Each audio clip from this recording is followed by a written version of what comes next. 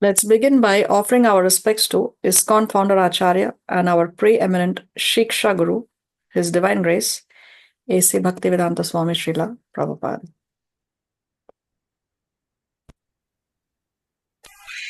Hare Krishna, Krishna Hare Hare, Hare Ram, Ram Ram.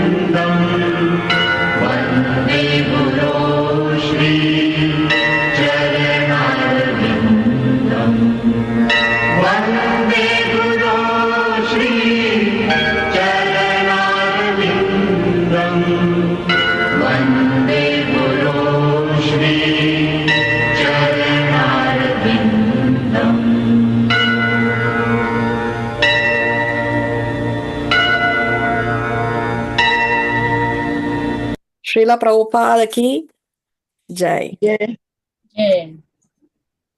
Om Agyana Timirandasya Jnananjana Shalakaya Chakshurun Militam Yena Tasmai Shri Gurave Namaha. Nama Om Vishnu Padaya Krishna Prestaya Bhutale Srimate Bhaktivedanta Swamin Iti Namine. Namaste Saraswate Deve Gauravani Pracharine Nirvishesha Shunyavadi Paschatya Deshatarine. He Krishna Karuna Sindhu Dina Bandhu Jagatpate Gopesha Gopika Kanta Radha Kanta Namostute Tapta Kanchana Gaurangi Radhe Vrindavaneshwari Vrishabhanu Sute Devi Pranamami Hari Priye Vancha Kalpa Taruvyascha Kripa Sindhu Vya Evacha Patitanam Pavanebhyo Vaishnavebhyo Namo Namaha. Jai Shri Krishna Chaitanya Prabhu Nityananda Shri Advaita Gadadhar Shrivasadi Gaura Bhakta Vrinda.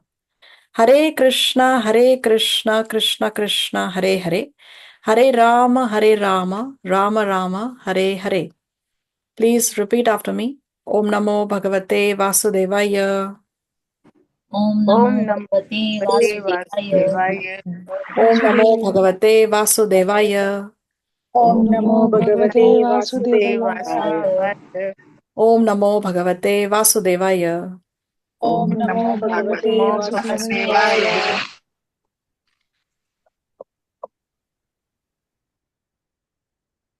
Okay, so we welcome all of you to our weekly online Bhagavad Gita classes.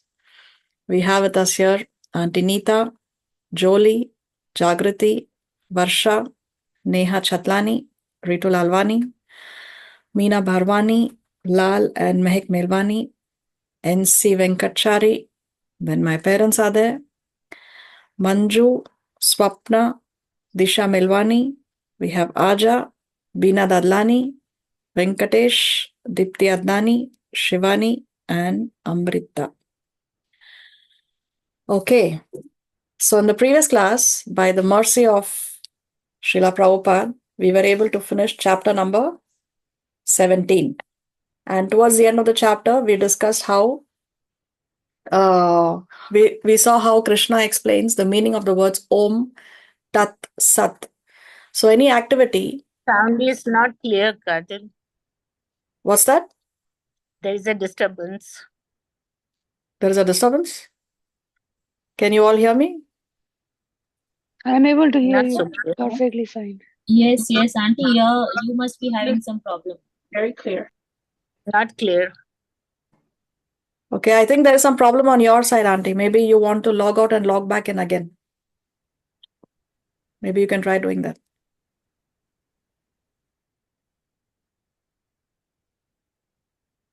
Okay.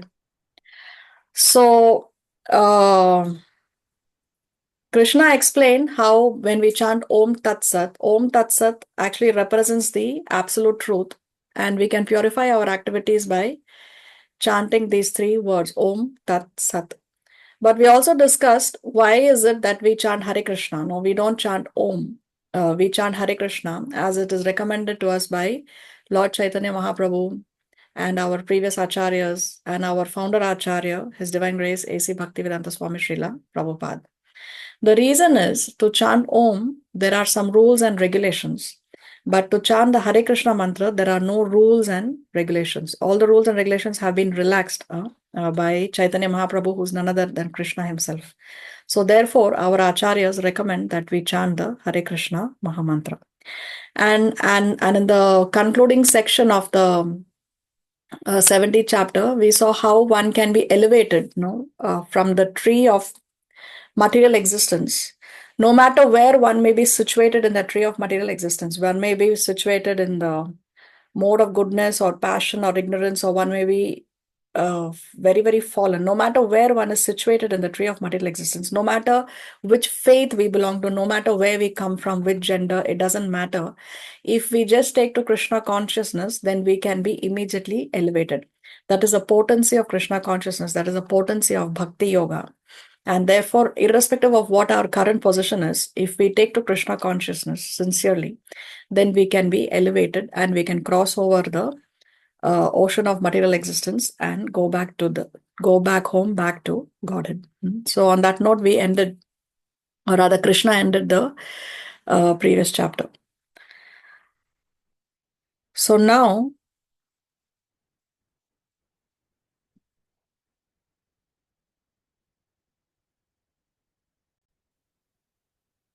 we will be beginning the last and final chapter, chapter 18, titled Conclusion, the Perfection of Renunciation. So this chapter is actually a conclusion, or rather a summary of all that Krishna has taught us in the previous chapters. Everything that Krishna has taught us will now be summarized in this last and final chapter. The chapter again begins with Arjuna asking a question. This is the longest chapter of the Bhagavad Gita. It has a total of 78 verses, 78 shlokas. So this will take, I think, 4 classes before we can finish this chapter and the course. Which is the second longest chapter of the Bhagavad Gita? Does anybody know or remember? Second chapter. Second chapter. How many verses in the second chapter? 72 something. 72. Yes, 72 verses. So what is common between chapter 2 and chapter 18, the two longest chapters of the Bhagavad Gita? In chapter 2, he was explaining the rest of the chapters, what we are going to cover. Yes. So both are summaries of the teachings of the Bhagavad Gita, chapter 2 as well as chapter 18. Both are summaries, and therefore both these chapters are long. Actually, Bhagavad Gita would have been finished in 2 chapters itself if it was not for the important and pertinent questions that Arjuna asked. So therefore it has extended, and now again Krishna is going to conclude his teachings in the final chapter. Who can read today?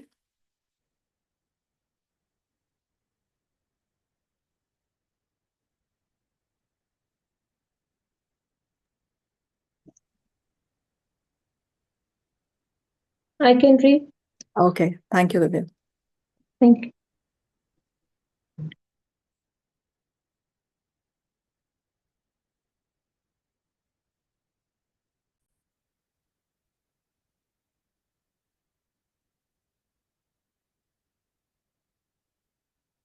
Okay, so chapter 18, conclusion, the perfection of renunciation, a total of 78 verses.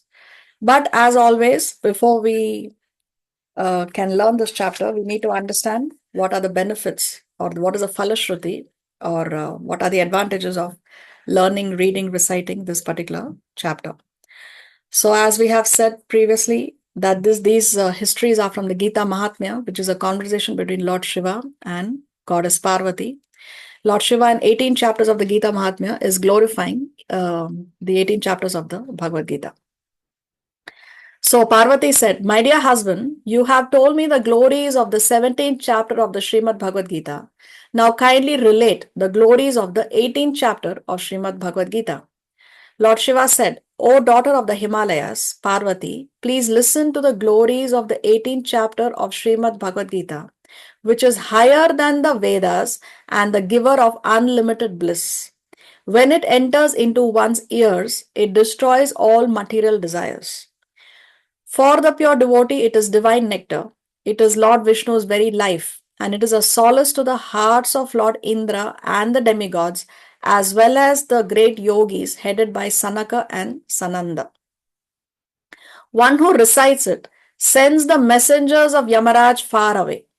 There is no other recitation which can so quickly destroy all sin and free one from the threefold miseries of this world. Now listen with great devotion." So Lord Shiva begins to narrate a history. So Lord Shiva says, Amaravati is the capital of Lord Indra's abode in heaven, and it was built by Vishwakarma, the celestial architect. Now Lord Indra is residing in Amaravati with his wife Sachi, and he is served by different devatas, different demigods. One day Lord Indra was sitting there peacefully, and he saw that a very, very beautiful person had arrived there, whom the servants of Lord Vishnu were serving. When he saw this, he fell down from his throne. So Indra has fallen down from his throne to the ground, and the people who were worshipping Lord Indra picked up his crown that fell off his head and placed it on the head of that beautiful person who has just arrived. And therefore, it indicates that now this new person, he is the new Indra. Then all the devatas and the denizens of heavenly planets performed arati. They sang songs to glorify the new Indra.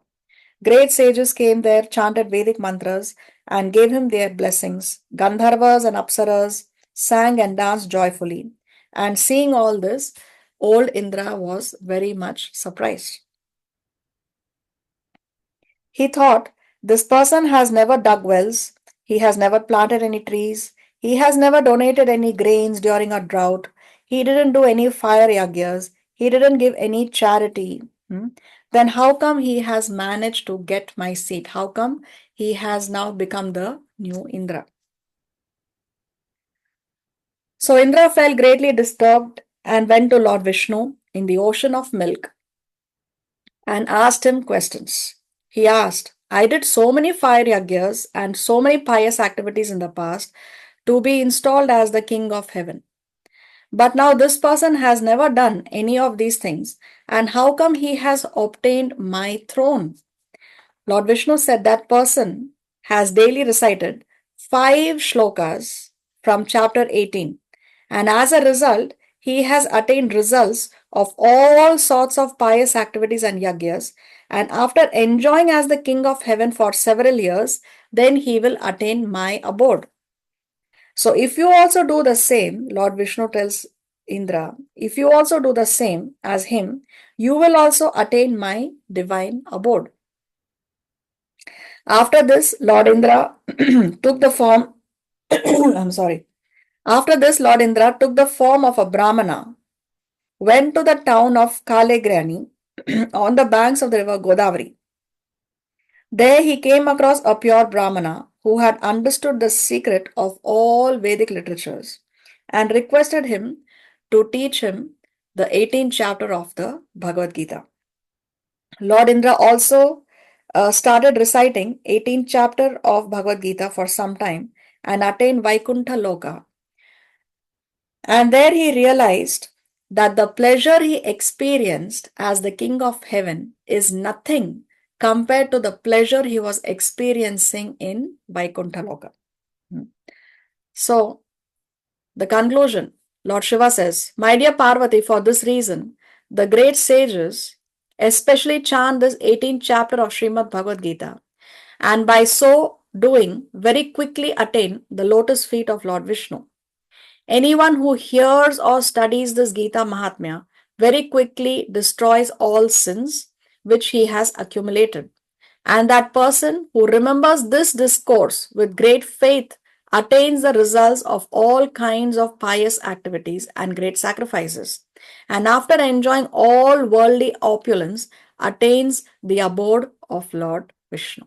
So, this is the Gita Mahatmya of chapter 18, or rather, this is the Falashruti or the benefit of learning, reading, reciting, hearing, chapter number 18.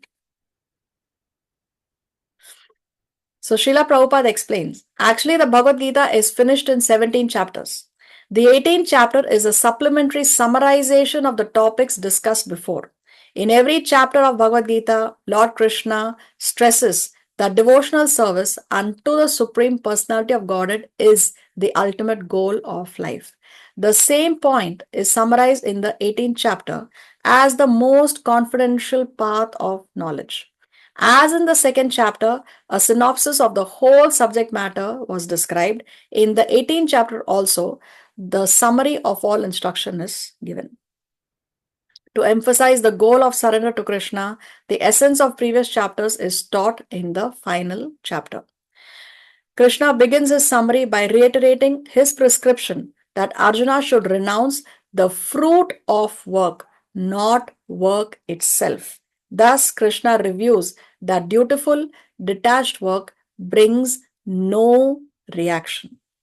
As long as there is reaction to whatever we are doing, irrespective of whether it is good reaction or bad reaction, if there is reaction, it means we are bound in this material world.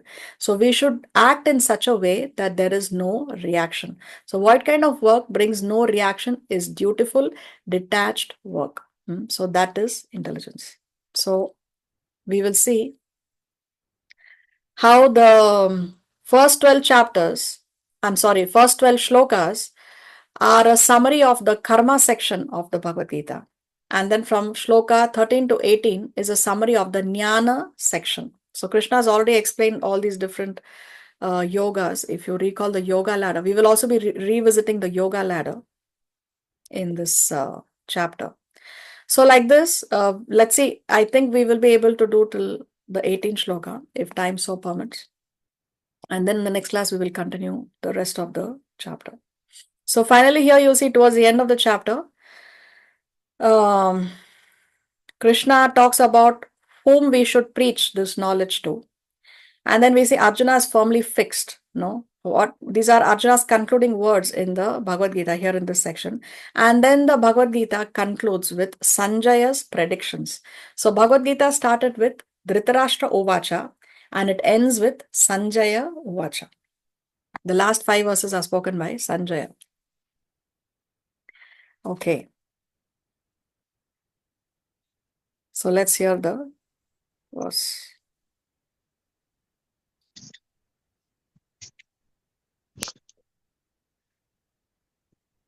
अथ अष्टादशोऽध्यायः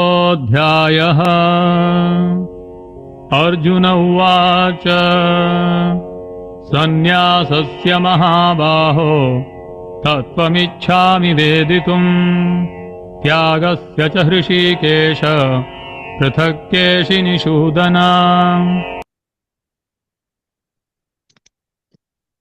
Arjuna said, O mighty armed one, I wish to understand the purpose of renunciation, Tyaga, and of the renounced order of life, Sannyasa, O killer of Keshi demon, master of the senses.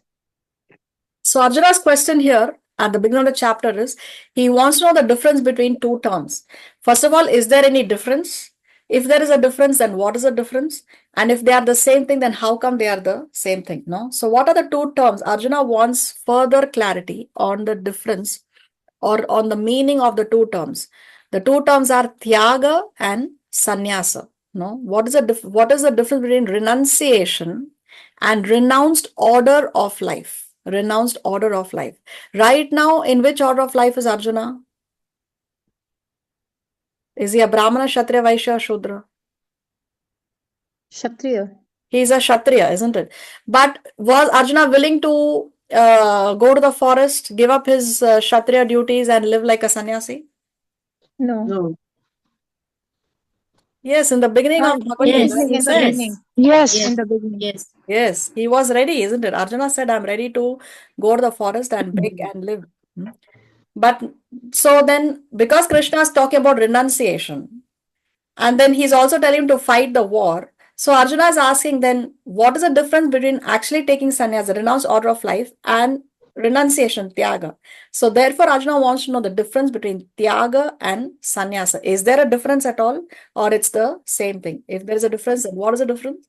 And if it is the same thing, if it is similar, then how? What are the components that are similar in these two factors? Now, by what names is Arjuna referring to Krishna here? Rishikesha Rishikesha? Do we have more names? and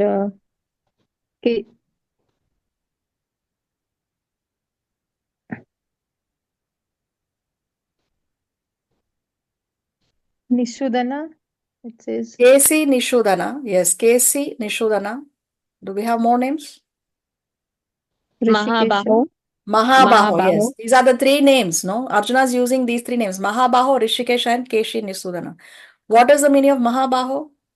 The mighty armed. Mighty arm. So Mahabaho is also a name of Arjuna. Arjuna. No, actually Mahabaho means mighty armed. It's a generic term that is used for Kshatriyas. Rishikesha means what? The control of senses. Yes, the master of the senses, the master of the senses. And Kesi Nishudana means?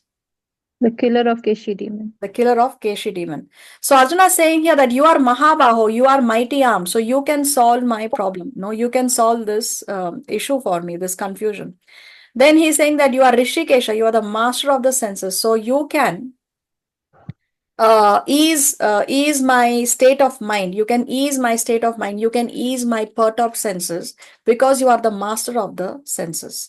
And then he says you are the killer of the Keshi demon. So doubts in one's mind are compared to demons. So because Krishna is the killer of this demon, therefore Krishna can also kill the demon-like doubts that are in Arjuna's mind. So therefore, Arjuna is referring to Krishna by these names.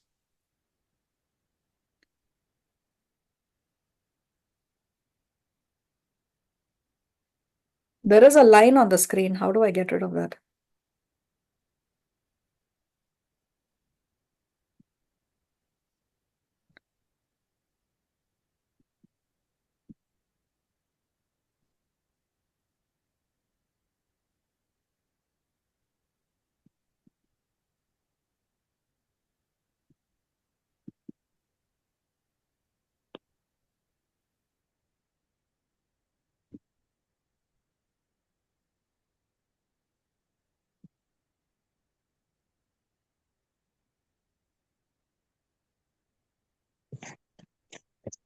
Okay. So let us see Krishna's answer to Arjuna's question.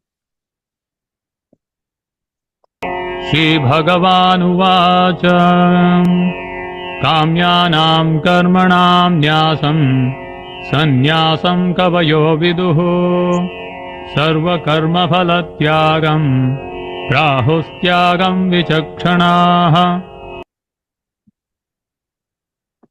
The Supreme Personality of Godhead said, the giving up of activities that are based on material desire is what great learned men call the renounced order of life, sannyasa. And giving up the results of all activities is what the wise call renunciation, tyaga. So Krishna begins answering Arjuna's question first of all by stating his own opinion or others' opinion. What do you think?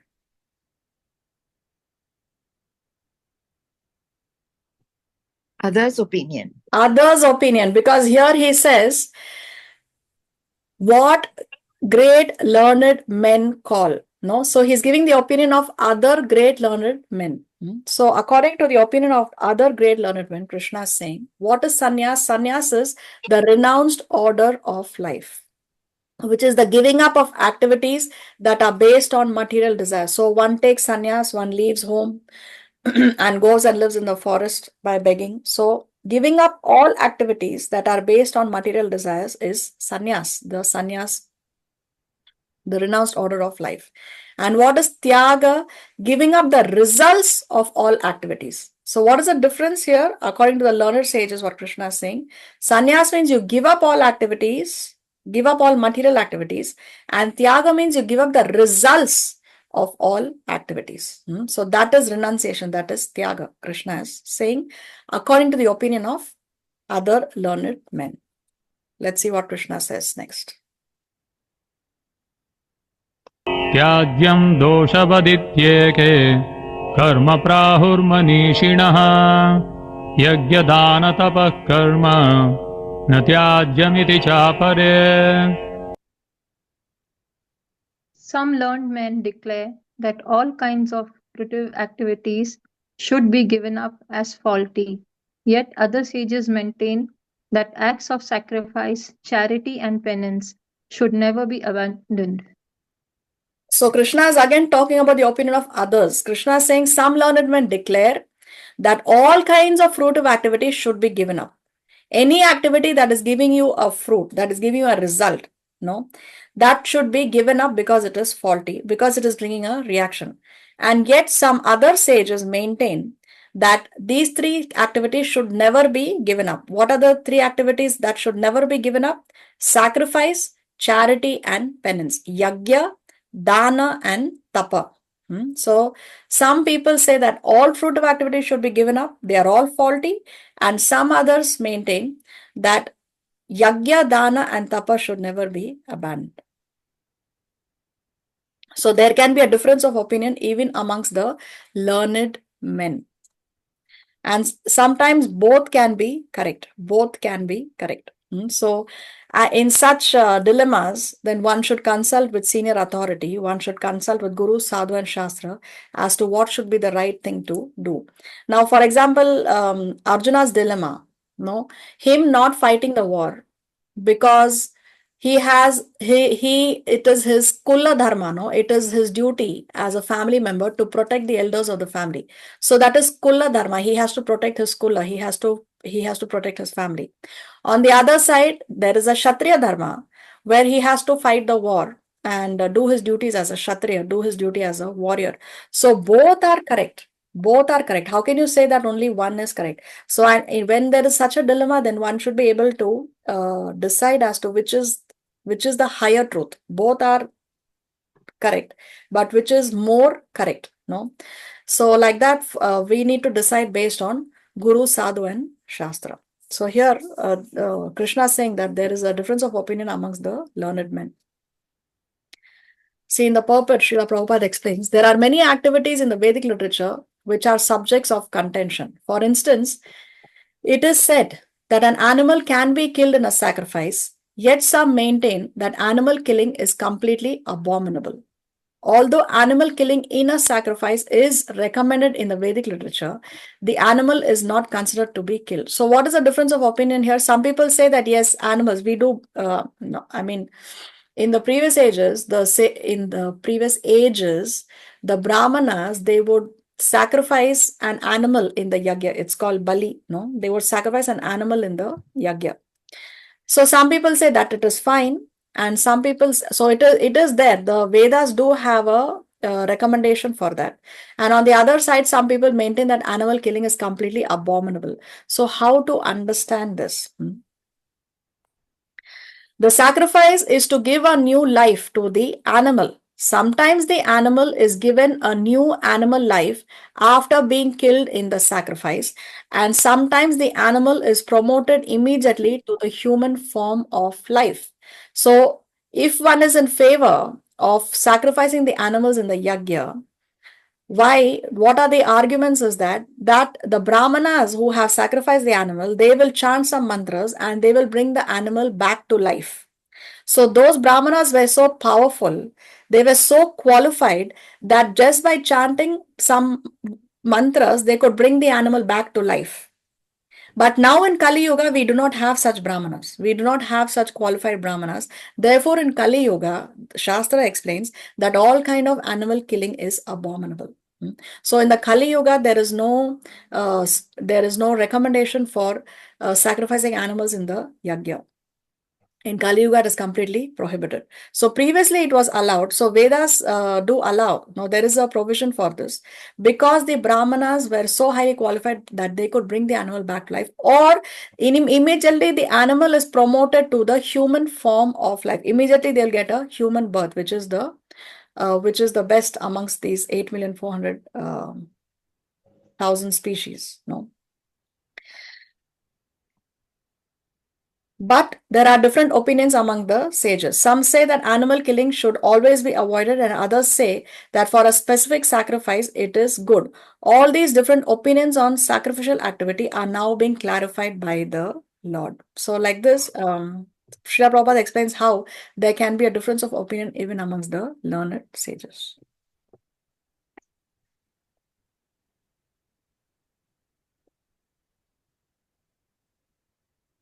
निश्चयं शृणु मे तत्र त्यागे भरतसत्तमा त्यागो हि पुरुषव्याघ्र त्रिविधः सम्प्रकीर्तितः.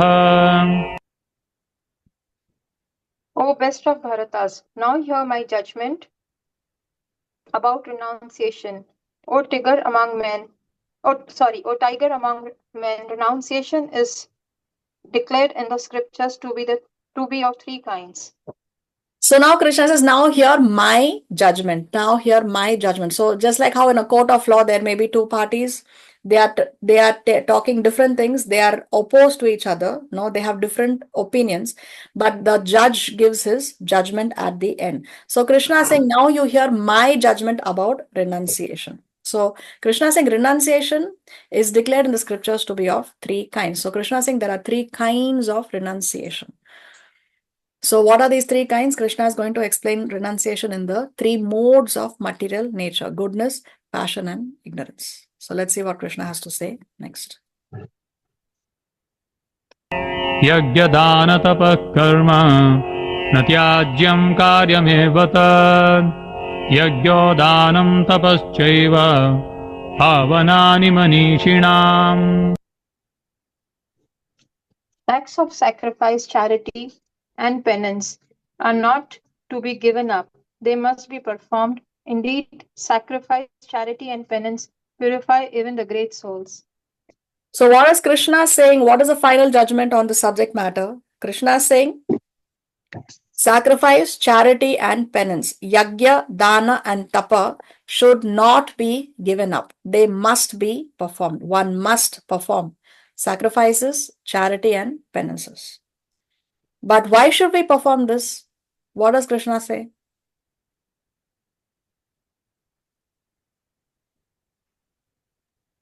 To purify even the great souls. Purifies the great souls. Yes, because it purifies us. It leads to purification. It purifies our heart of all material contamination. It removes all impurities from the heart. And there, because it is purifying, therefore, we should not give up sacrifice, charity, and penances. But in what mood we should perform these activities, that Krishna explains in the next verse. एतान्यपि तु कर्माणि सङ्गं त्यक्त्वा फलानि च कर्तव्यानीति मे पार्थ निश्चितं मतमुत्तमम्. All these activities should be performed without attachment or any expectation of result. They should be performed as a matter of duty, O son of Pritha. That is my final opinion. So in what mood we should perform? Krishna says we have to perform all these activities without attachment, without expectation of any result. So Krishna wants Arjuna to fight the war without being attached to the results of the war, without any expectation of result. He should not be thinking that if I fight this war, we will win and then we can enjoy this kingdom. We can get rid of our enemies and we can enjoy royal opulence. No, this Arjuna should not be fighting the war in this mood. So these activities should be performed without attachment or expectation of any result. They should be performed as a matter of duty. So Krishna wants Arjuna and all of us to do all activities as a matter of duty without attachment and without expectation of any result. So when we work like this, then we are not going to be bound in the cycle of karmic action and reaction. So this is my final opinion, says Krishna. So all the arguments, everything can be laid to rest, because Krishna, whatever he speaks, that is law.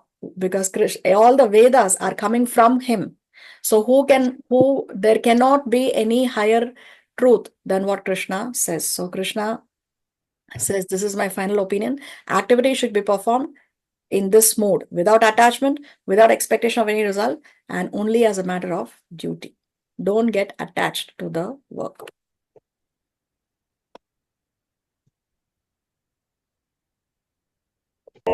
नियतस्य तु सन्न्यासः कर्मणो नोपपद्यते मोहात् तस्य परित्यागः तामसः परिकीर्तितः. Prescribed duties should never be renounced.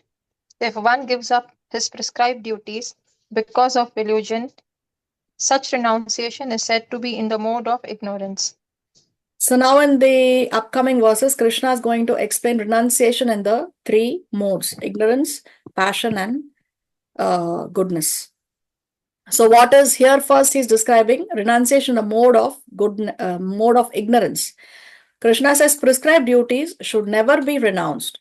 If one gives up his prescribed duties because of illusion, because of a wrong concept, we'll give some examples, then such renunciation is said to be in the mode of ignorance. So, see, Srila Prabhupada explains in the purport that how sannyasi actually should never cook for himself. No, but if that sannyasi is cooking with a mentality that I want to cook this wonderful feast and offer it to the Lord so that the Lord can enjoy, the Lord can relish this food that has been cooked with love, then a sannyasi can cook. Another example that Prabhupada gives in the purport is that a sannyasi should not be involved in grihastha issues. He should not be conducting marriage ceremonies, etc. But if the sannyasi is conducting this marriage ceremony for the spiritual well-being of the couple or for the spiritual well-being of others, then a sannyasi can conduct marriage ceremonies. So prescribed duties should never be renounced, Krishna says. First of all, whatever are your prescribed duties, you have to do. Everyone has their prescribed duties, whether every husband has his duty, every wife has her duty, parents have their duties, children have their duties. We all have our prescribed duties. So one should never give up prescribed duties. We have to do our duties. One cannot say that, okay, I have to focus on my spiritual life. So I will chant my 16 rounds. I will follow the 4 regular principles, and I keep to myself, and that is it. No, but you have your duties to do towards your husband, towards your children, towards your parents. So we have to fulfill our prescribed duties. Krishna says prescribed duties should never be renounced. And if one gives up his prescribed duties because of illusion, because of a wrong concept, then that is said to be in the mode of ignorance. See here, Srila Prabhupada also, he's a sannyasi, but he used to perform marriage ceremonies. So this is from his biography. March 1971, Bombay. There was a 11-day Hare Krishna festival, a Pandal program at Cross Maidan in South Bombay.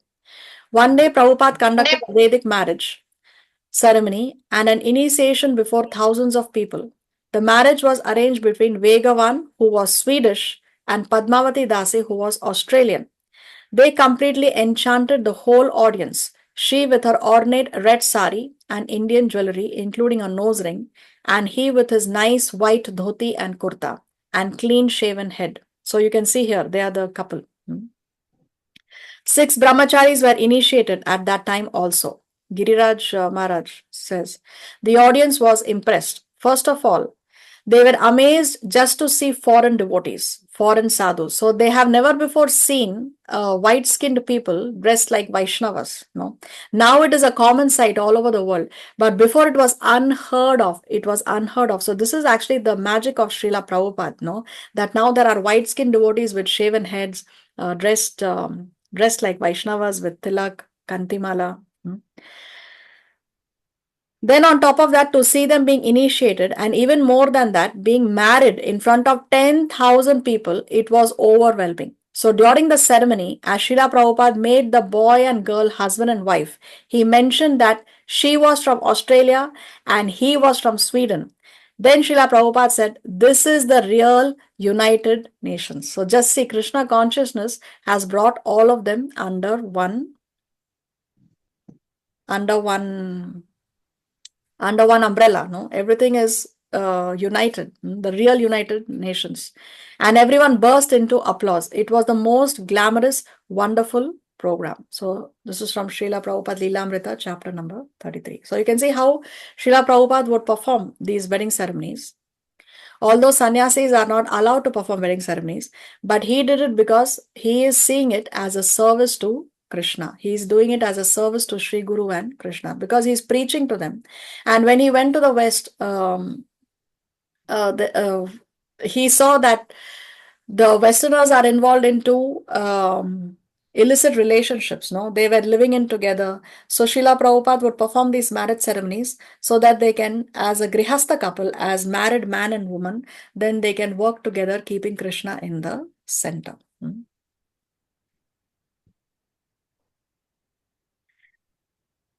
Srila Prabhupada, my Guru Maharaj, Srimad Bhaktisiddhanta Saraswati Maharaj Prabhupada was creating more brahmacharis and sannyasis for preaching work, but I am creating more grihasthas because in Europe and America, the boys and girls intermingle. So it is very difficult to keep one brahmachari. So there is no need of artificial brahmacharis. It is sanctioned. My Guru Maharaj wanted to establish Daivi Varnashram. It doesn't matter whether one is a sannyasi or one is a grihastha or a brahmachari. The main principle is Bhagawad Bhajan. But practically also, I may inform you that these married couples, they are helping me very much because, for practical example, I may say that one of my god brothers, a sannyasi, was deputed to go to London for starting a temple. But 3 or 4 years he remained there and he could not execute the will. Therefore, he was called back. So before Prabhupada, another god brother of Srila Prabhupada went to the West. He went to the UK and he tried to spread the Krishna conscious movement. But he was not able to do so and he was called back.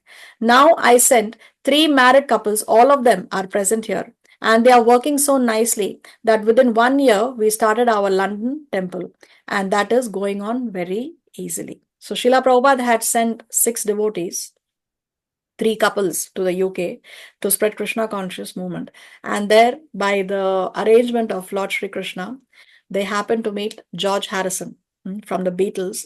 And then they recorded this this album, which was the Hare Krishna song, and other songs are there in that album. If you just Google the Hare Krishna album by George Harrison, you can listen to those songs. So this was happening at that time when Prabhupada sent him there. Okay, let's see what Krishna says next. दुःखमित्येव यत्कर्म कायक्लेशभयात् त्यजेत् सकृत्वा राजसं त्यागं नैव त्यागफलं लभेत्. Anyone who gives up prescribed duties as troublesome or out of fear of bodily discomfort is said to have renounced in the mode of passion. Such action never leads to the elevation of renunciation. So here Krishna explains renunciation in the mode of passion. So what is renunciation in the mode of passion in Rajoguna? Krishna says anyone who gives up prescribed duties as troublesome. So someone may think that it's such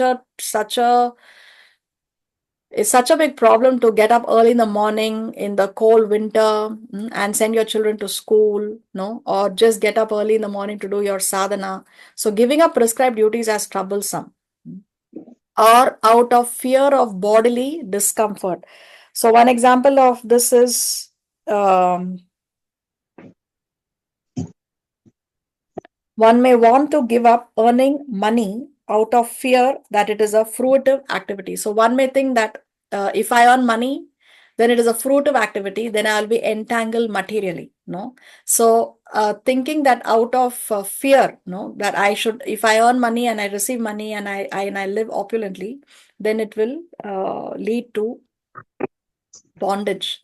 But what is real renunciation is, you can earn a lot of money, but you can use the money in the service of Krishna. So there is nothing wrong if one earns a lot of money. One may be riding a luxury car, one may be living luxuriously, but if one uses that luxurious home, one uses that luxury car, one uses his income in the service of Krishna, then there is no question of any bondage. Then there is no need for one to fear that it will lead to bondage, or out of fear of bodily discomfort. So one who gives up prescribed duties as troublesome or out of fear of bodily discomfort is said to have renounced in the mode of passion. Krishna is saying such action never leads to the elevation of renunciation. So if one is renouncing in this mode, then it will not lead to one's elevation. Only renunciation, the mode of goodness, can lead to elevation. Let us see now what is renunciation, the mode of goodness. कार्यमित्येव यत्कर्म नियतं क्रियते अर्जुन सङ्गं त्यक्त्वा फलं चैव स त्यागः सात्विको मतः.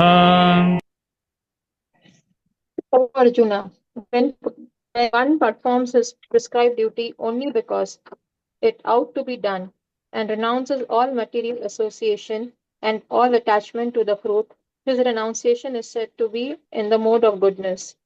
So what is renunciation, the mode of goodness? Krishna says, when one performs his prescribed duty only because it ought to be done, only because it has to be done, one does his prescribed duty without being attached to the work itself or without being attached to the fruits of the work.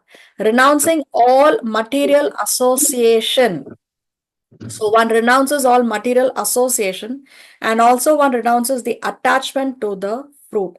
Then this renunciation is said to be in a mode of goodness. Now let's say somebody is going to a factory and he's working there in that factory from morning till evening. But in that work, when he's working in that factory, then he's not associating. No, there is no material association. He's doing his duty because it has to be done. He has to take care of his family. No, he has to send his children, give them good education, no, maintain his family. So he's doing his prescribed duty only because it has to be done. He renounces all material association. So he's not getting he's not associating with other materialistic or karmic or karmi people there in his workplace, and he's not attached to the fruit. No, he receives a salary, but that salary, with that salary, he does his duties, and also he uses the salary for Krishna conscious activities. So then such renunciation, Krishna says, is said to be in the mode of goodness. Now on the other side, in the previous one also there was this, no, one may give up prescribed duties because of fear of bodily discomfort. Now this same person who's going to the factory and he's working, he may think that it is so tedious, no, every day I have to go to work, no, and my boss is not very kind, and the work is very, very stressful physically, mentally. So it's easier to become a sadhu. Let me just give up everything and become a sadhu. No, but so this is not what Krishna is recommending. He's saying you have to do your prescribed duties, but you do it like this. How? You do it because you have to do it. It's your duty. You have to renounce material association and don't be attached to the fruit. Then that is renunciation in the mode of goodness. So this is what Krishna is recommending. Now Krishna describes an intelligent renouncer. Nadveshya kushalam karma kushalena tyagi sattva samavishto medhavi chinna samshayah.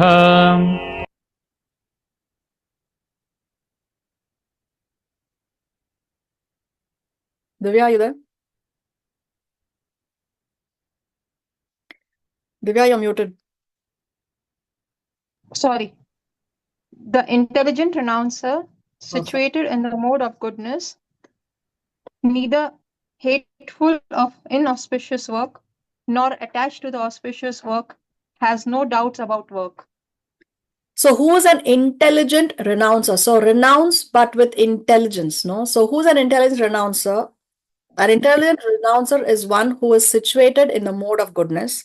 He is neither hateful of inauspicious work nor attached to auspicious work. So he doesn't hate or like anything. No, for him, prescribed duties is prescribed duties, irrespective of whether the results are favorable for him or the results are unfavorable for him. No, he is neither hateful of inauspicious work nor attached to auspicious work. He just does his work as prescribed by the Shastras at the right place, at the right time, to the right people. And he has no doubts about work. So he has no doubts or concerns of whether this is right or wrong. Because if he works according to the injunction of the Shastra, then there is no doubt in his mind that what he is doing is right. So, irrespective of whether the results are going to be good or bad, he just does his duty. So, such a person is an intelligent renouncer, Krishna is saying. Mataji, I have a doubt. Yes. What do you mean by hateful of inauspicious work? Neither hateful of inauspicious work. So he doesn't hate inauspicious work in the sense that if the results are going to be good for him, the work may be physically stressful for him or mentally stressful for him. So he may think that is inauspicious. So he doesn't hate inauspicious work, even though it is not something that he likes to do. Like Arjuna, for him, externally speaking, killing is not something that's very auspicious. It's not a very auspicious thing to kill your guru, isn't it? Right. So like that, such a person neither hates inauspicious work. Neither he is attached to auspicious work. He just does what is the instruction of Guru, Sadhu, and Shastra. He does the things at the right place, right time, in accordance to Vedic injunctions, and just executes it. And so he doesn't hate it or like it. He just does it because it has to be done as a matter of duty. Okay. Thank you, Mataji. You're welcome.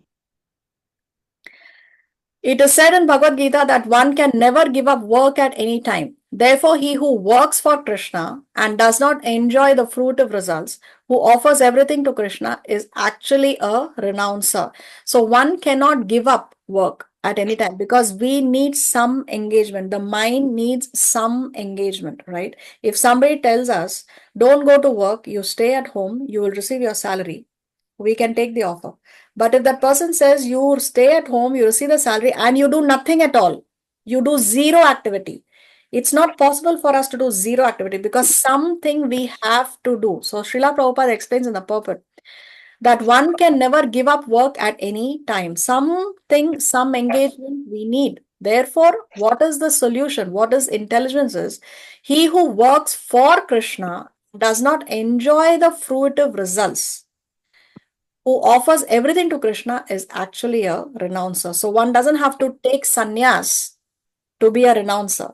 You can be a brahmachari, a grihastha, a vanaprastha. You can be in any of the four orders. You can be a student also. You can be married. You can be in you can be situated anywhere in the varnashram system and you can still be a renouncer. One can be a grihastha and still be a renouncer. So that is the point here. That is intelligence.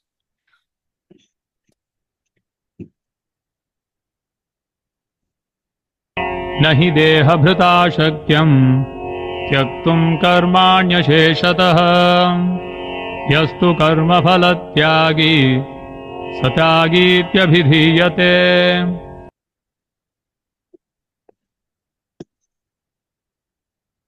It is indeed impossible for an embodied being to give up all activities, but he who renounces the fruits of action is called one who has truly renounced.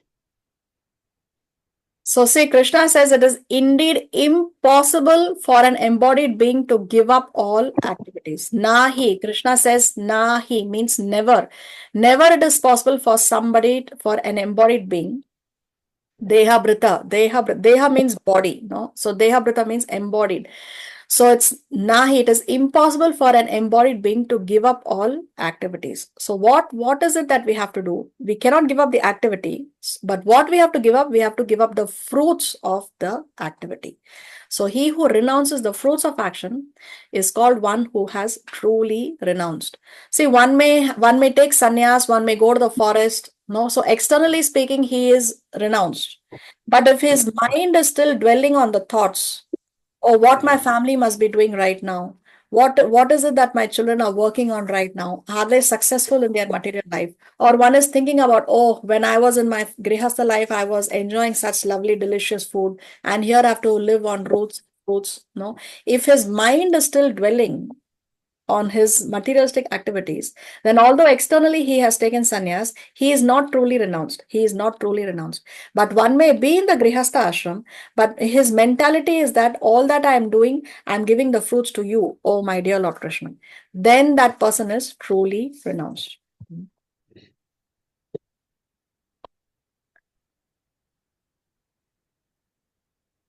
अनिष्टमिष्टं मिश्रं च त्रिविधं कर्मणः फलम् भवत्यत्यागिनां प्रेत्य न तु सन्न्यासिनां क्वचित्. For one who is not renounced, the threefold fruits of action, desirable, undesirable, and mixed, accrue after death. But those who are in the renounced order of life have no such result to suffer or enjoy. So one may think, okay, I'm not taking sannyas, I'm here in the grihastha ashram. But then what about the reactions? The reactions will definitely come. So any action will definitely have a reaction. So what Krishna is saying, for one who is not renounced, the threefold fruits of action, desirable, undesirable, mixed, accrue after death. So if one is not renounced, then the reaction will come. The reaction may be desirable, the reaction may be undesirable, the reaction may be mixed, a mixture of desirable and undesirable. But those reactions will definitely come. But what about those who are in the renounced order of life? For them, there is no such result to suffer or enjoy. See, actually here, if you see, Krishna interchangingly uses the word renounced order of life and tyaga and sannyasa, tyaginam and sannyasa. Krishna will use these terms to indicate that actually there is no difference between the two. There is no difference between the two. If one has given up the fruits of his activity, then that is renunciation only. That is renunciation. So actually there is no difference between the two, Krishna is saying in this particular section. So if you give up the results of the activity, then there are no such results. Then the results will not bind you. There is no such result to suffer or enjoy, Krishna is saying.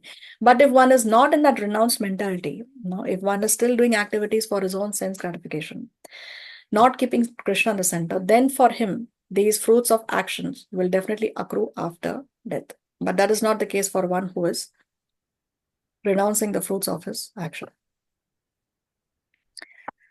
So here, so long Krishna has explained the karma or re-explained the karma section of the Bhagavad Gita. Now he will explain the jnana section of the Bhagavad Gita. Let's see what Krishna says next. Panchaitani mahabaho karanani nibodha me sankhye kritante poroktani siddhaye sarva karmanam. O mighty armed Arjuna, according to the Vedanta, there are five causes for the accomplishment of all actions. Now learn of these from me. So for any action to be accomplished, there are 5 factors that have to be considered. No, Krishna is saying that there are 5 causes, 5 reasons why any action is accomplished. No, if any action has been done, then there are 5 factors that are involved. Now, what are these 5 factors? Krishna says he's going to explain. So let's see what Krishna says in verse 14. Adhishthānam tatha karta karanam cha prithak vidham विविधाश्च पृथक् चेष्टा दैवं चैवात्र पञ्चमम् The place of action, the body, the performer, the various senses, the many different kinds of endeavor, and ultimately the super soul. These are the 5 factors of action. So, what are the 5 factors for any action to be performed? Krishna says the place of action, the body, adhishthanam. Adhishthanam is the place of action. Then comes karta, the performer who is performing the action. Then comes karanam. Karanam means the various senses, the instruments by which that activity is conducted. Then comes cheshta or the endeavor. Every activity requires a certain endeavor on the part of the performer of the action. No? So the endeavor, cheshta. And finally, the most important one is daivam. Daivam means the super soul. So the super soul, he is the ultimate, he is the most important amongst these factors. Because if the super soul doesn't sanction, then no activity can be performed. So this is the ultimate and the most important amongst the five factors of action. What are they? The place of action, the performer of the action, the instruments by which that action is performed, which is the various senses, the different kinds of endeavor, the cheshta, and ultimately the super soul.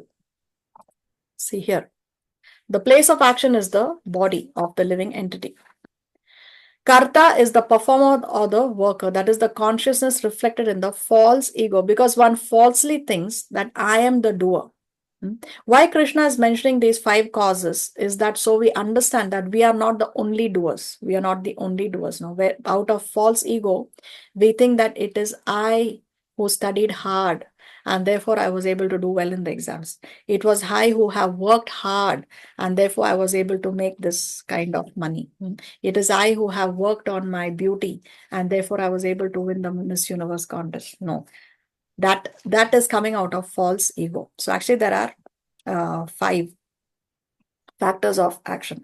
So karta, the performer, the worker, that is the consciousness reflected in the false ego, refers to the soul because he is to bring about the results of his activity. Then karanam, or the instruments of action, the senses. So when we want to do something, we use our senses to perform that particular activity. Then cheshta, the endeavor, the effort that one does to execute the activity. And the ultimate cause, the super cause, the most important is the super soul. So all our activities depend on the will of the super soul. If Krishna does not sanction, then even a blade of grass cannot move. Even the blade of grass cannot move. See here, if there is let's see the 5 causes of the action of doing good business. Let's see with an example. If a good business has to be done. So what is the place of action? The businessman goes to a marketplace where there are many customers. So that is the place of action. The performer is who? The businessman himself. What are the instruments? Now, through his eyes, through his ears, he sees the product, he sees the quality of the product, he hears from other people what are the different offers, what is the price, no? So, which is a good deal, which is a bad deal? Is somebody trying to cheat me? So, he hears different offers. So, the instruments are the senses for this businessman. And endeavor, the business that will be conducted. So, if everything is good, then he wants to conduct that business. A deal is struck. So, that is the endeavor. And ultimate cause, of course, above all, is the help from the super soul who dictates in such a way that everything is successful spiritually or materially. So the super soul has to sanction, okay, fine, this activity, this business deal should be carried out. So these are the 5 causes of the action of any activity.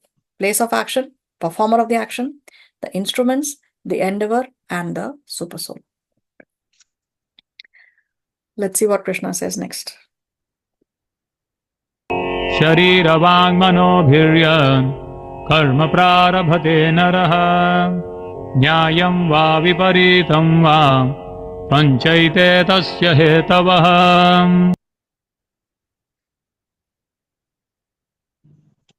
Whatever right or wrong action a man performs by body, mind, or speech is caused by these 5 factors.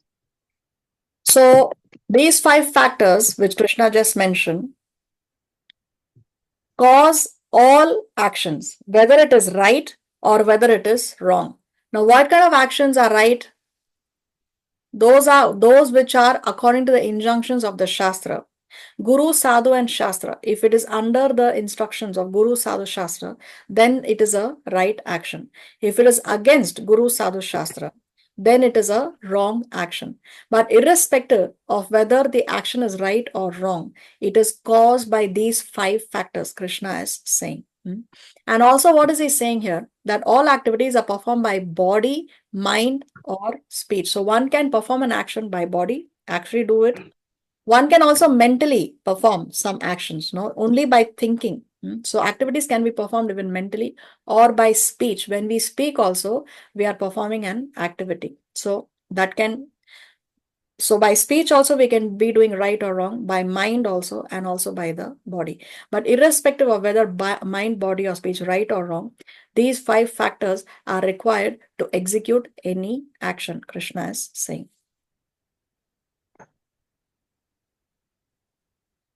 So wrong action, work done against the Shastra, and right action, wrong action, work done against the Shastra, and right action, work done in accordance with Shastra. Action can be performed either according to Shastric injunctions or against them. In either case, however, all 5 factors are required, and it is the super soul who ultimately sanctions all actions. तत्रैवं सति कर्तारम् आत्मानं केवलं तु यः पश्यत्यकृतबुद्धित्वान् न स पश्यति दुर्मतिः. Therefore, one who thinks himself the only doer, not considering the 5 factors, is certainly not very intelligent and cannot see things as they are. One who thinks himself the only doer, not considering the 5 factors. So if one thinks that he's a self-made man, no, he thinks that he's the only doer, no, he's not considering the other factors that Krishna has mentioned, then Krishna is saying that he is durmatihi, he is foolish. He is foolish. He is not intelligent. And cannot see things as they are. He cannot see that actually there is a super soul who has to sanction, because there are so many people who endeavor, who work very hard. Now, sometimes people say that hard work pays. Okay, but there are many people who are working even harder than you, but they are not able to get the same results as you are getting.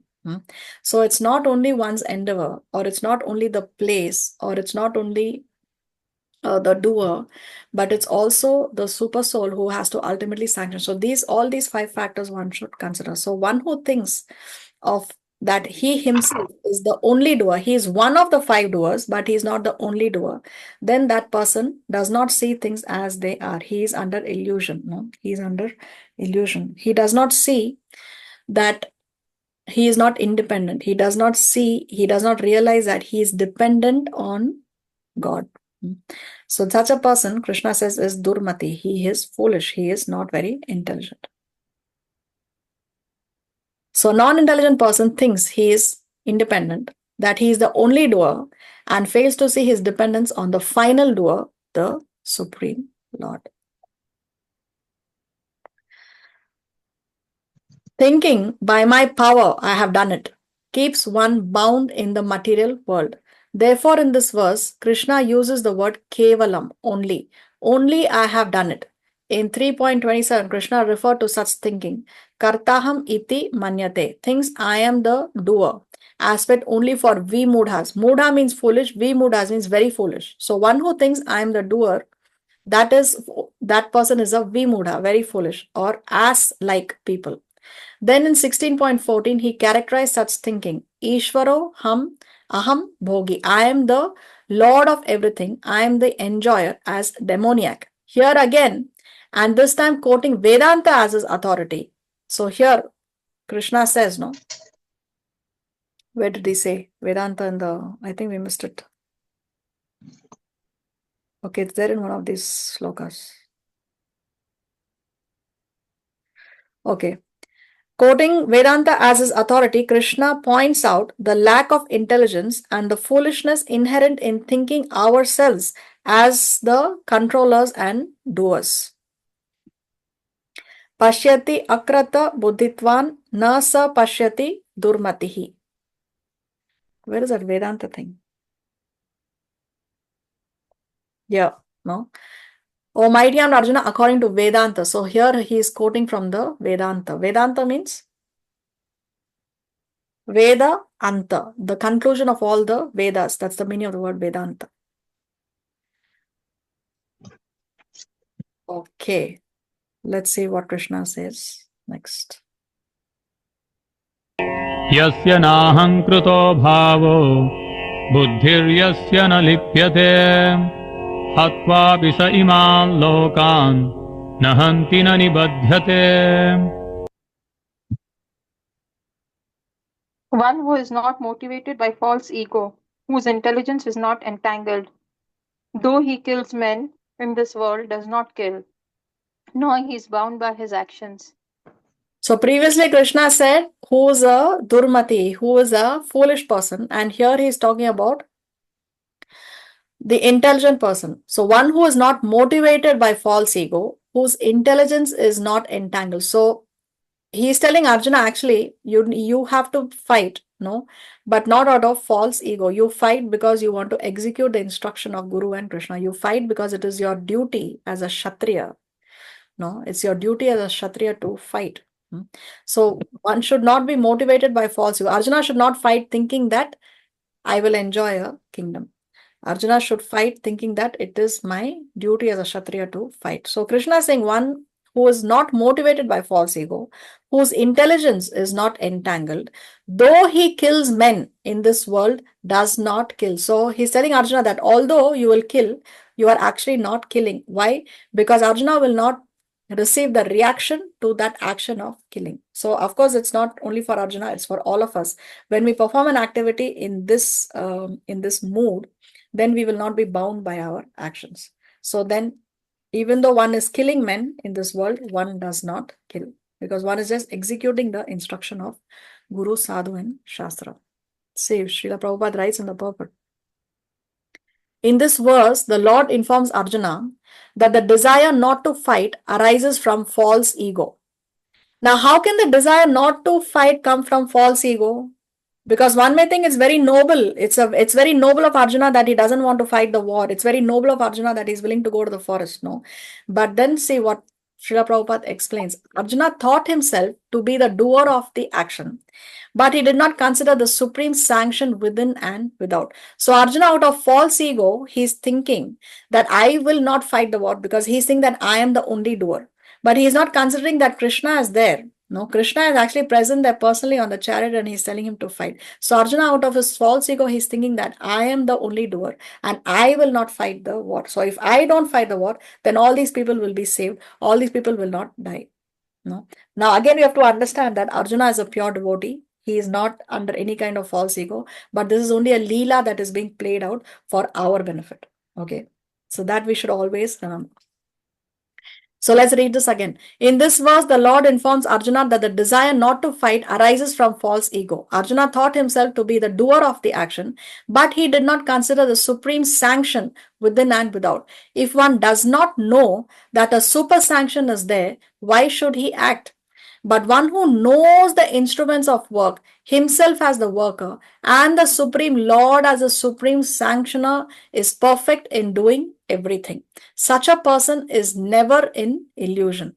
Personal activity and responsibility arise from false ego and godlessness, or a lack of Krishna consciousness. Anyone who is acting in Krishna consciousness under the direction of the Super Soul or the Supreme Personality of Godhead, even though killing, does not kill, nor is he ever affected by the reaction of such killing. When a soldier kills under the command of a superior officer, he is not subject to be judged. But if a soldier kills on his own personal account, then he is certainly judged by a court of law. So this we can understand by this example. If this person kills because his superior has ordered him shoot, and he shoots, he is not going to be tried in the court of law. In fact, he will be awarded. No, he will be awarded. But if he kills on his own personal account, then he is answerable to the court of law and he will be judged. No? A judgment will be passed. So when one acts just executing the order of Guru and Krishna, then one does not get the reaction to that action. If one does out of his own, for his own personal sense gratification, then the reaction will come. The last verse for the day we will see. ज्ञानं ज्ञेयं परिज्ञाता त्रिविधा कर्म चोदना करणं कर्म कर्तेति त्रिविधः कर्म संग्रहः. Knowledgeable, the object of knowledge, and the knower are the three factors that motivate action. The senses, the work, and the doer are the three constituents of action. Knowledge, the object of knowledge, and the knower are the three factors that motivate action.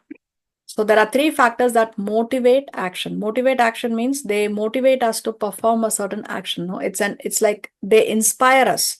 They inspire us, or they give us an impetus to perform a certain action. So what are the three factors that motivate action? Krishna says knowledge, object of knowledge, and the knower. Jnana, Jnaya, and Parignyata. Jnana and Jnaya we have already seen in the most technical chapter of the Bhagavad Gita. Which is the most technical chapter of the Bhagavad Gita? Anybody remembers? Which did we say is considered to be the most technical chapter of the Bhagavad Gita? 13. Chapter 13. Yes, very nice. Chapter 13. So here, in chapter 13, Arjuna asked the meaning of some technical terms, no? And there, if you may recall, he inquired about Jnana and Jnaya. So here again, they are making their reappearance here. Remember, this is a summary of what Krishna has already taught. So anyway, Jnana, Jnaya, and Parignyata, the knower, are the three factors that motivate action. Then Krishna talks about the three constituents of action. What is it that one requires to perform that particular action? So the three constituents of action are what? The senses, the work itself, and the doer. So these are the three constituents of action. Here Krishna is explaining the three factors that motivate action and the three constituents of action. Srila Prabhupada explains this so nicely in the purport. There are three kinds of impetus for daily work: knowledge, the object of knowledge, and the knower.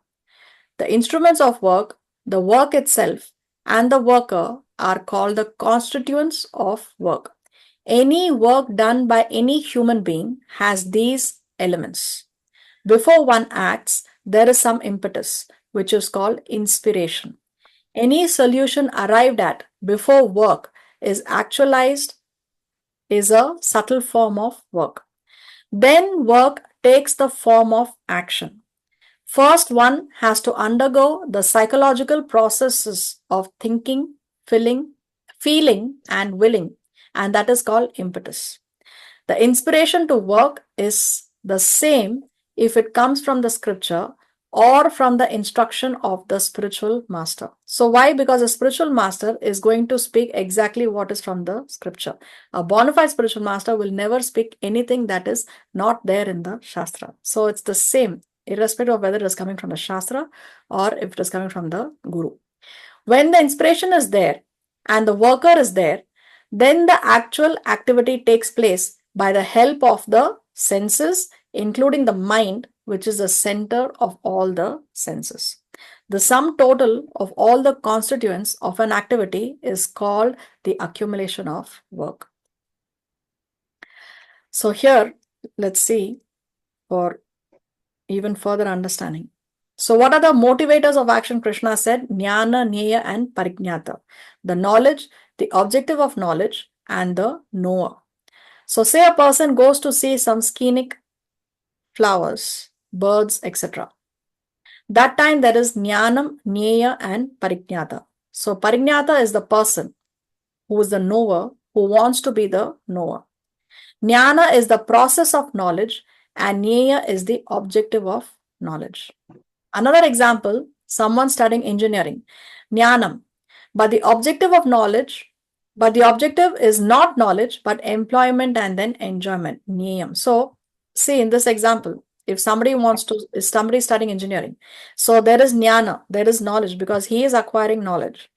But the objective of that knowledge, his objective of going to that college is not that I want the knowledge. He is not going there because I want to learn. He is not going there because I want the knowledge that is being given. I mean, there may be one or two freak cases, but generally, one goes to college, one goes to get higher studies because then he thinks that if I have my degree, if I have my education, then I will have a good job. Then I can enjoy a nice, comfortable life. I can take care of my family. I can take care of my children like that. No. So the objective is not knowledge, but employment and then enjoyment. Niyam. So that is niyam. So jnanam, niyam, parijnata. These are the three factors of action.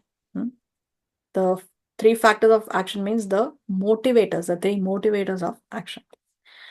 Then coming to the constituents of action, the components or elements of action or any work that is done. So what is that? I'm sorry.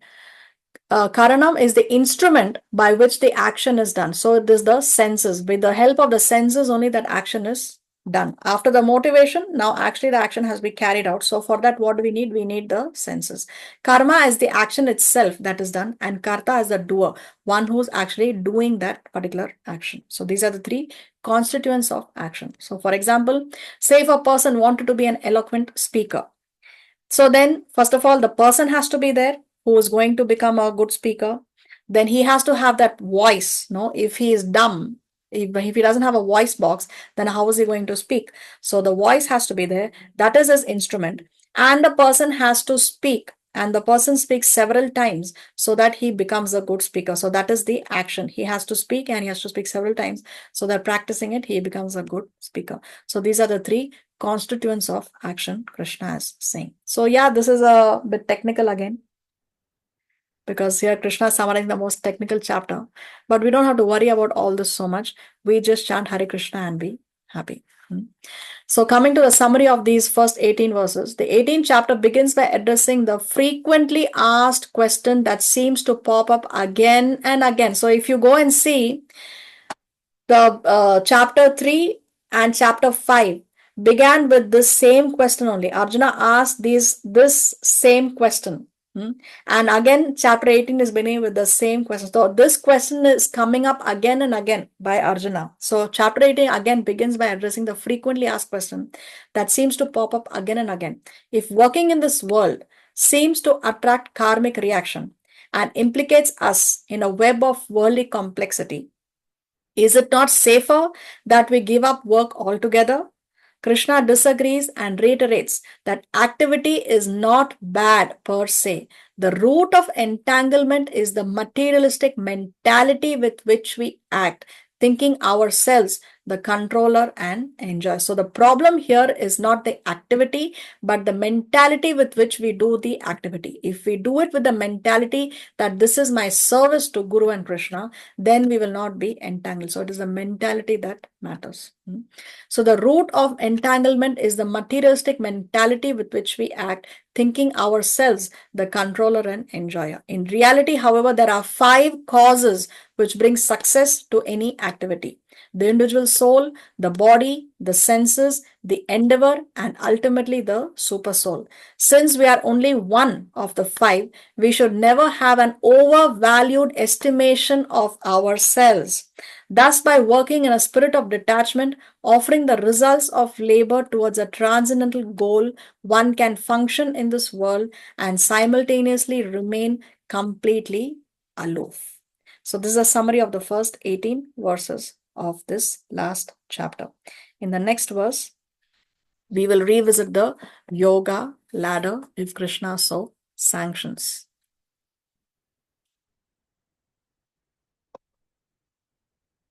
Do we have any questions or doubts or comments?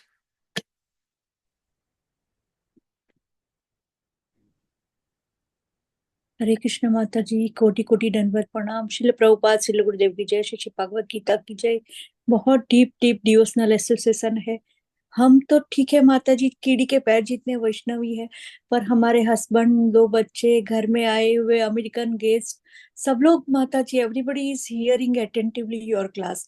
पर्दे के पीछे है पर they hearing attentively माता जी, because Saturday Sunday Trustee Shivani's friends come for our Indian Gujarati prasadam. So they hear attentively, Mataji. The tears come from their eyes. I can see it, Mataji. That much potency. Like we feel that H.H. Jaipataka Maharaj is taking class. Anant Koti Dandavat Pranam to H.H. Jaipataka Maharaj. Mataji, please pray for me and my family and all Vaishnava that this year we enter in Shridham Vrindavan Dham, Shri Mayapur Dham, Shri Jagannathpuri Dham. Plane ticket, train ticket से हम नहीं जा सकते। Booking तो होता है माता जी, पर जब तक भक्ति देवी तुलसी महारानी, श्रीमती श्री राधा रानी, ऑल वैष्णव की ब्लेसिंग नहीं होगी, तब तक हम धाम में एंटर नहीं हो पाएंगे। Please pray for me after 5 years now going Shridham Vrindavan Dham से श्री महापुर धाम से Jagannathpuri Dham. By the mercy of Bhakti Devi Tulsi Maharani, Srila Prabhupada and all Vaishnava blessing. Please Mataji, begging from all of you, pray for me that I can enter with my family in all the dham. Koti Koti Dandavat Pranam. Hare Krishna Mataji, Jai Srila Prabhupada. Hare Krishna. Thank you so much, Mataji, for giving us your association and your sweet words. And thank you that you are involving your family also to hear Bhagavad Gita. Thank you so much. And yes, we all pray that you can have a nice, successful visit to the dhams and come back safely. And please pray for all of us also, Mataji. When you're in the dham, Vrindavan, Jagannath Puri, Mayapur, please also pray for our spiritual well-being. Please remember us in your prayers, Mataji. Thank you so much.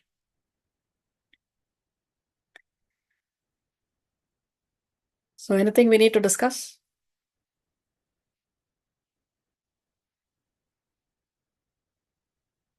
Shri Kartik month is coming, Mataji. Please inform all the Vaishnava at 2-3 minutes.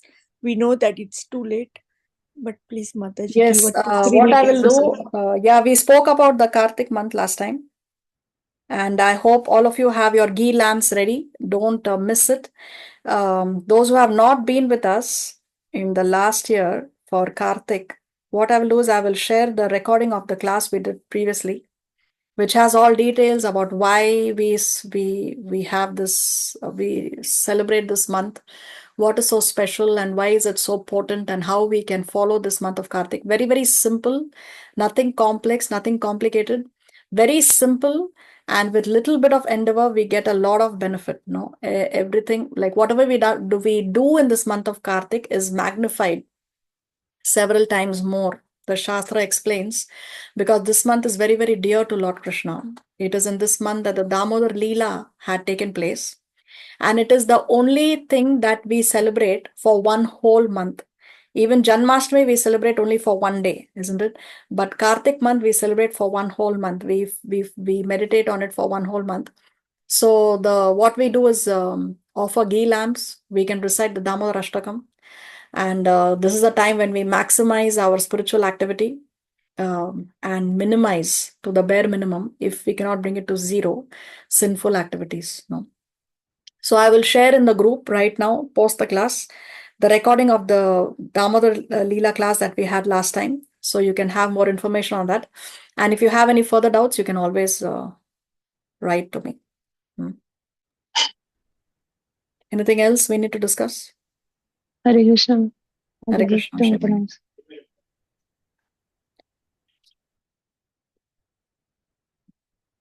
Vrinda Gopika Mataji, when you will be in Mayapur, Mataji? Mataji, not qualified to enter in a dham in a Shri Kartik month because my Prabhu and kids are newcomer Vaishnava. So I am going 25 November to 25 December. Oh, okay. Okay. Because वो time में बहुत भीड़ होती है और वो लोग इतनी सिंसियरली साधना 3 बजे उठना, वो सब उनके लिए थोड़ा हार्ड हो जाएगा, फिर नेक्स्ट टाइम नहीं आएंगे. सो I am going after Kartik month, 25 November to 25 December. So in that 1 month, you will visit Vrindavan, Jagannath Puri, and Mayapur also. Yes, Mataji, and Jaipur Dham and Jaisalmer Dham. And my daughter said, I will take you in a Banaras Dham and Gaya Dham. Oh, Because she is worshipping Lord Shiva. wow. Jai.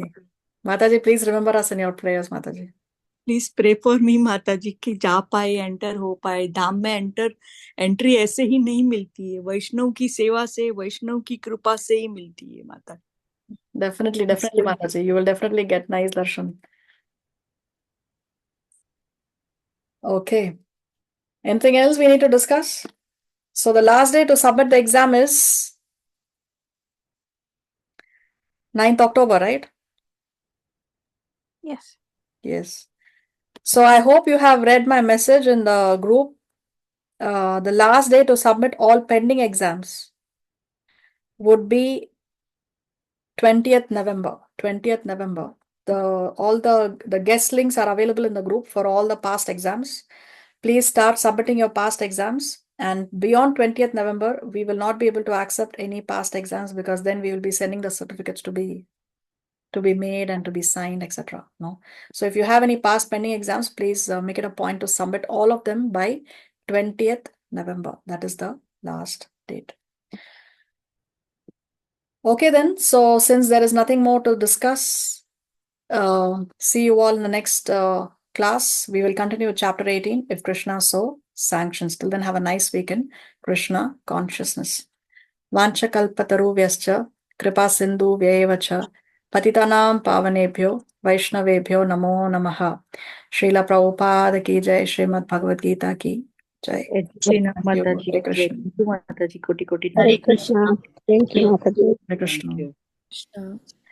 Hare Krishna. Hare Krishna. Hare Krishna. Hare Krishna. Hare Krishna. Thank you. Hare Krishna.